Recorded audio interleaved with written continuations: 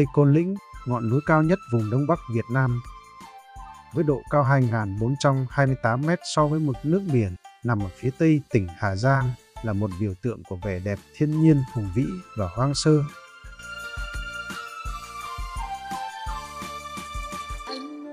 Được mệnh danh là nóc nhà Đông Bắc, nơi đây không chỉ là thử thách cho những người đam mê chinh phục độ cao, mà còn là điểm đến lý tưởng cho những ai muốn hòa mình vào không gian núi rừng tráng lệ, nơi đất trời giao thoa trong một bức tranh cảnh quan tuyệt mỹ.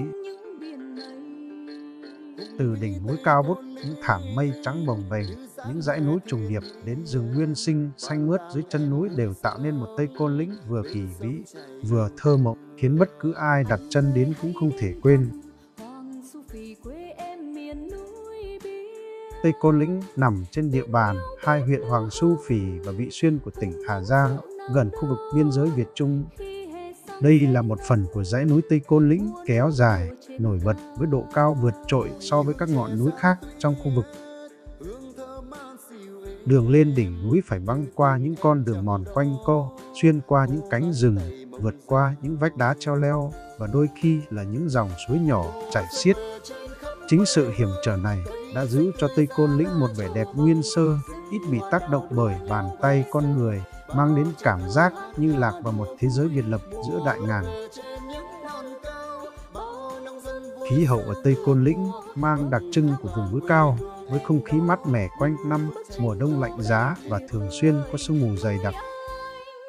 Độ cao lớn cũng tạo nên sự đa dạng về địa hình và hệ sinh thái, từ những cánh rừng nguyên sinh dưới chân núi đến những vách đá treo leo khu vực gần đỉnh, nơi chỉ có gió và mây làm bạn.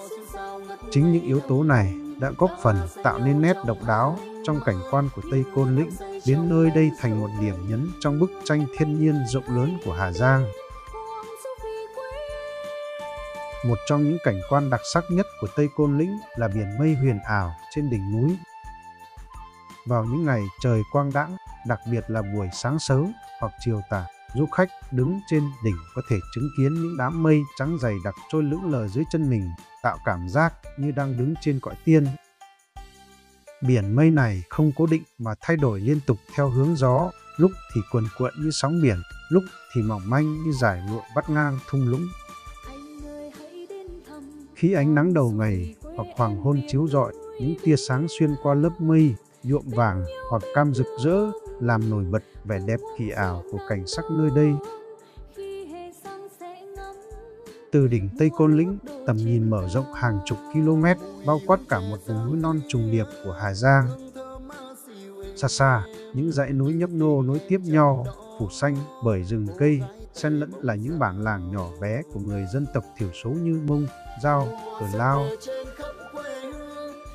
Vào mùa lúa chín, từ tháng 9 đến tháng 10, những thửa ruộng bậc thang ở các xã lân cận như Tân Tiến, Túm Sán hay Cao Bổ, Lao Trải hiện lên như những dải lụa vàng rực rỡ, cuốn lượn quanh các sườn đồi, tạo nên một bức tranh thiên nhiên vừa hùng vĩ vừa mềm mại. Tất cả hòa quyện thành một cảnh quan tráng lệ, khiến Tây Côn Lĩnh không chỉ là một ngọn núi cao mà còn là một đài quan sát tự nhiên tuyệt vời. Xung quanh triền núi là khu vực rừng nguyên sinh Á nhiệt đới, một trong những hệ sinh thái phong phú nhất của vùng Đông Bắc.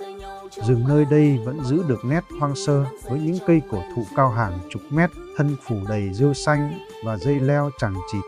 Xen lẫn trong rừng là những loài thực vật đặc hữu như đỗ quyên, phong lan và các loại cây thuốc quý hiếm mà người dân địa phương thường sử dụng trong đời sống. Mùa xuân, những khóm hoa đỗ quyên nở rộ, điểm xuyết trên nền xanh của rừng những sắc hồng, đỏ, vàng rực rỡ, tạo nên một khung cảnh thơ mộng giữa núi ngàn.